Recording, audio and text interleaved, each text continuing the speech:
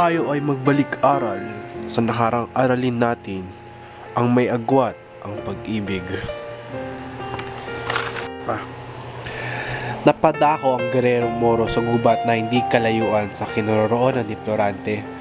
Mabigat din ang himutok sa pag-agaw ng kanyang ama kay Florida na kanyang kasintahan.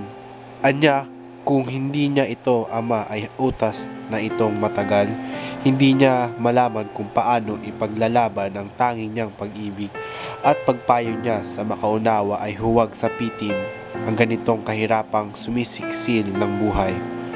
Habang naghihimutok at luhaan ay narinig niya ang anas ng isang malalim na nanananghoy.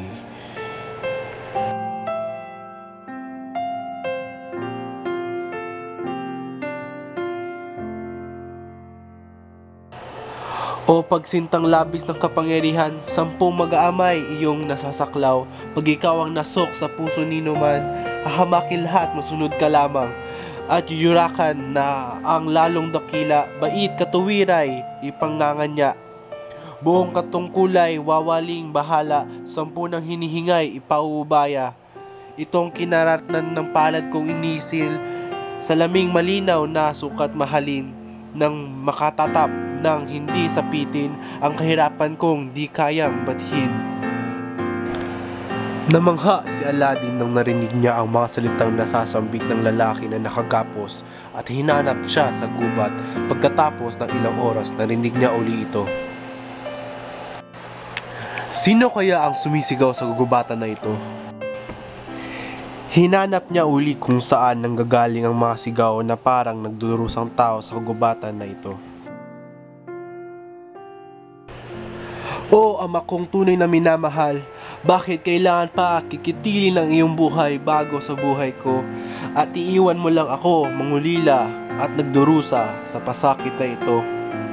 Nang napag-isipan ko pa kung paano ka napunta sa kamay ni Adolfo, iniisip kita, nagdurusa ka dahil sa hindi makatanungang sustensya. Sa ang hirap kapapamalasin habang nasa kamay ka ni Adolfo malupit. Ikaw ang salamin ng kapayapaan, kabutihan at pagmamahal sa reyno. Napag-interasan ka pa ng inggit at kasamaan. Alam ko kung paano ka nagdurusa, pareho tayo ng nakamit na kapalaran. Pinaglaruan ka parang pagkain ng leon. Brutal ang iyong laman, butot, balat, kamay, katawan at pagputol ng iyong ulo. Pagkatapos ay titapon lamang ang iyong bangkay nang walang pagsisisi sa kanilang ginawa. Ang mga kaibigan mo ay walang magawa kundi panoorin ka lamang magdurusa at patayin, ngunit narinig ko ang mahina mong tinig. Bago ako mamatay dito, ay maligtas ka lamang sa kokong malupit. Mas gugustuhin kita na matubunan ng bangkay kaysa mahulog sa kamay ni Adolfo na higit pa sa halimaw. Bago matapos ang aking pagdarasal, ang huling hiling ko lamang sana ay buhay mo ay lumipas. Sa wakas, isa sa mga mawawala ang mga salot sa aking bagong kaharian na aking itatayo. O ama kong, naisip ko ang iyong nagpagmamahal, ang pighati sa aking damdamin ay hindi maitago. Di ko napigilan umiyak kung papaano ka nagmamahal sa akin. Hindi ko matatapatan ng ibang ama dito sa mundong ito at hindi kita kakalimutan. Ang lahat ng tuwa ay natapos na. Magkikita na tayo ulit sa langit, aking minamahal na ama.